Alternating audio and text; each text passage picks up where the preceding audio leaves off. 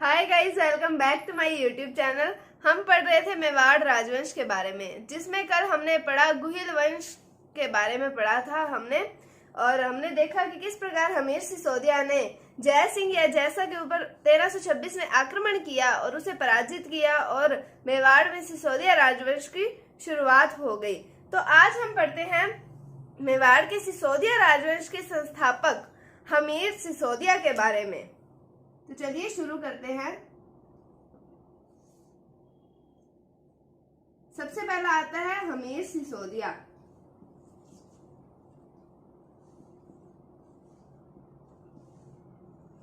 तो इसका time period आता है 1326 ईस्वी से 1364 ईस्वी तक। 1326 से 1364 ईस्वी तक हमीर सिसोदिया को सिसोदिया वंश का संस्थापक कहा जाता है।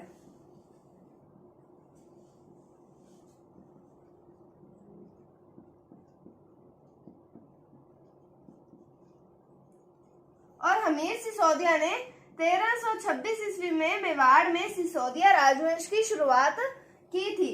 उसके बाद में आता है कि इसे मेवाड़ का उद्धारक कहा जाता है।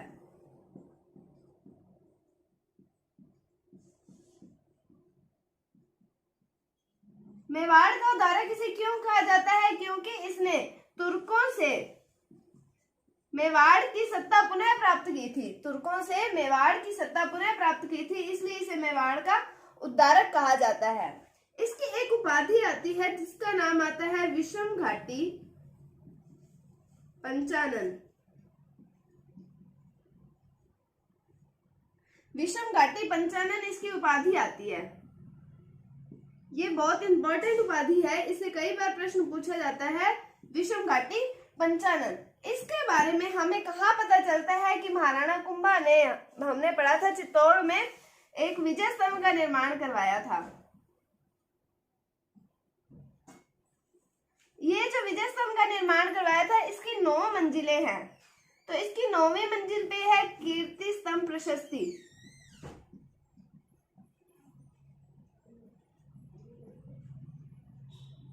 इस कीर्ति स्तंभ प्रशस्ति में हमीर सिसोदिया और मेवाड़ के इतिहास के बारे में हमें जानकारी मिलती है और इस उपाधि की जानकारी भी हमें कीर्ति स्तंभ प्रशस्ति में मिलती है। तो हमने पढ़ा कि सिसोदिया वंश का संस्थापक है हमीर सिसोदिया और मेवाड़ का उद्धारक कहा जाता है क्योंकि इसने तुर्कों से मतलब मेवाड़ की सत्ता को पुनः प्राप्त किया था। और विषम घाटी पंचानन इसकी उपाधि आती है।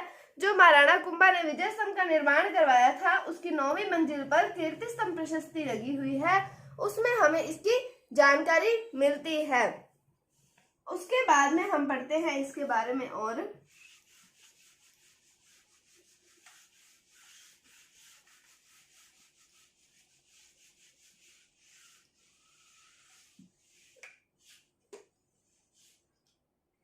कि महाराणा कुंभा जो था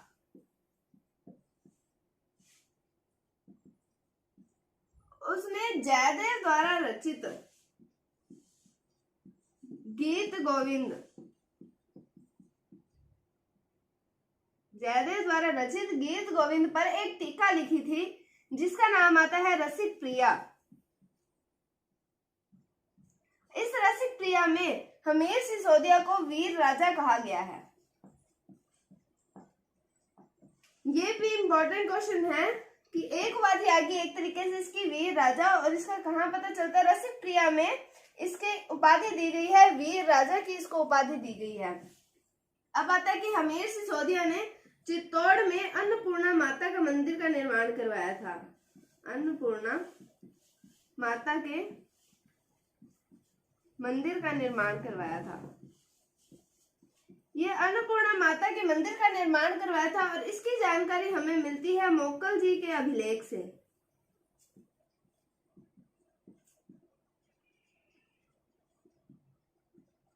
कि क्या पढ़ा हमने अभी तक कि महाराणा कुंभा ने जयदेव द्वारा रचित गीत गोविंद पर एक टीका लिखी थी जिसका नाम आता है रसिक प्रिया। इसमें हमीर सिसोदिया को वीर राजा कहा गया है और इसने अन्नपूर्णा माता का मंदिर का निर्माण करवाया था। कहाँ करवाया था? चित्तौड़ में। और इसकी जानकारी हमें मोक्कल जी अभिलेख से मिलती है। उसके बाद हम इनके समकालीन दिल्ली सल्तनत के बारे में थोड़ा पढ़ते हैं।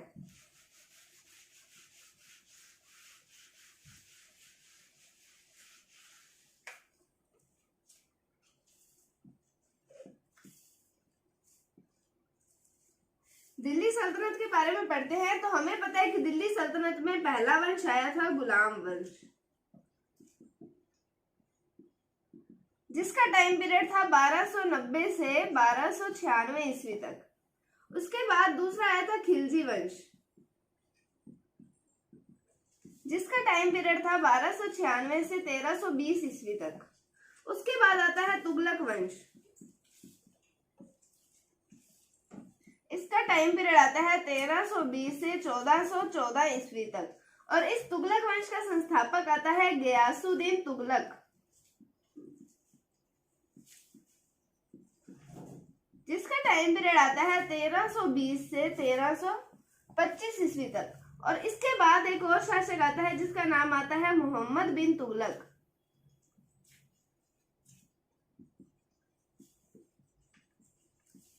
ये जो मोहम्मद बिन तुगलक है, इसका और हमीर सिसोदिया का एक युद्ध हुआ था जिसका नाम आता है सिंगोली का युद्ध।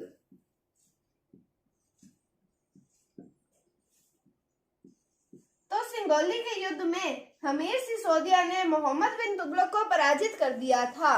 तो ये इम्पोर्टेंट है कि किसने, मतलब कौन से युद्ध में हमीर सिसोदिया ने मोहम्मद बिन तुगलक को पराजित किया था, या सिंगोली के युद्ध में किसकी हार हुई, किसकी जीत हुई। तो हम इसको इस तरह लिख सकते हैं कि सिंगोली के युद्ध में मोहम्मद बिन तुगलक को हमीर सिसोदिया से पराजय का सामना करना पड़ा।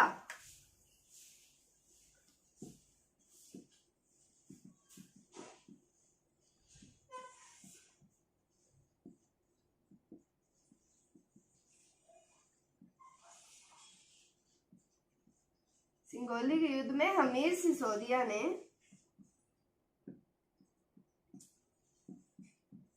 तुगलक वंश के शासक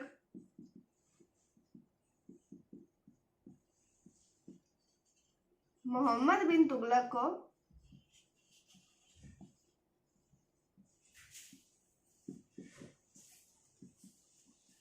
पराजित किया। उसके बाद आता है कि colonel James Tod Hamir Sisodia को प्रबल हिंदू राजा कहते हैं। क्या कहते हैं? Colonel James Tod Hamir Sisodia को प्रबल हिंदू राजा कहते हैं। उसके बाद हम और पढ़ते हैं हमीर सिसोदिया के बारे में।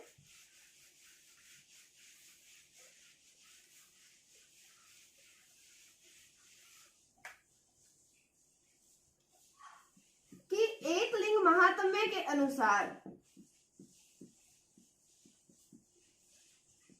एकलिंग महात्म्य के अनुसार हमीर सिसोदिया ने, जीलवाड़ा का शासक था राघव, जीलवाड़ा का शासक था राघव, इसको पराजित किया था। कि एकलिंग महात्म्य के अनुसार हमीर सिसोदिया ने जीलवाड़ा के शासक राघव को पराजित किया था। और एक बात और आती है कि पहाड़ी क्षेत्रों पर अधिकार करने के लिए या अपनी सत्ता जमाने के लिए इन्होंने एक केंद्र बनाया था जिसका नाम आता है केलवाड़ा। इन्होंने केलवाड़ा को अपना केंद्र बनाया था। ये वर्तमान बारां जिले में स्थित है। तो एकलिंग महात्म्य के अनुसार हमीर सिसोदिया ने जीलवाड़ा के शासक राघव को पराजित किया था और इन्होंने पहाड़ी क्षेत्रों पर अपनी सत्ता जमाने के लिए पहाड़ी क्षेत्रों पर केलवाड़ा को अपना केंद्र बनाया था। तो ये था हमीर सिसोदिया के बारे में। इसके बाद अगला शासक आता है क्षेत्र सिंह।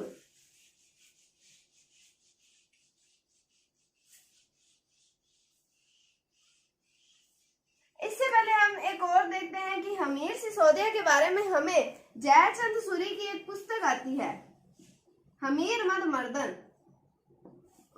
उसमें हमें हमीर सिसोदिया के बारे में जानकारी मिलती है। हमीर मद मर्दन, तो ये बुक का नाम भी बहुत इंपॉर्टेंट है, हमीर मद मर्दन। ये पुस्तक है जयचंद सूरी की। उसके बाद में अगला शासक आता है क्षेत्र सिंह। ये जो क्षेत्र सिंह है इसे खेता भी कहा जाता है और इसका टाइम पीरियड आता है 1364 से 1382 ईस्वी तक। तो क्षेत्र सिंह या खेता के बारे में ये कहा जाता है कि बारां का शासक था, नहीं सॉरी, बूंदी का शासक था लाल सिंह। इन दोनों का युद्ध हुआ था, बूंदी के शासक लाल सिंह के साथ क्षेत्र सिंह का युद्ध हुआ था। तो इसमें क्षेत्र सिंह जो था ये वीर गति को प्राप्त हो गया था। तो क्षेत्र सिंह का बूंदी के लाल सिंह के साथ युद्ध हुआ था जिसमें ये वीर गति को प्राप्त हो गया था।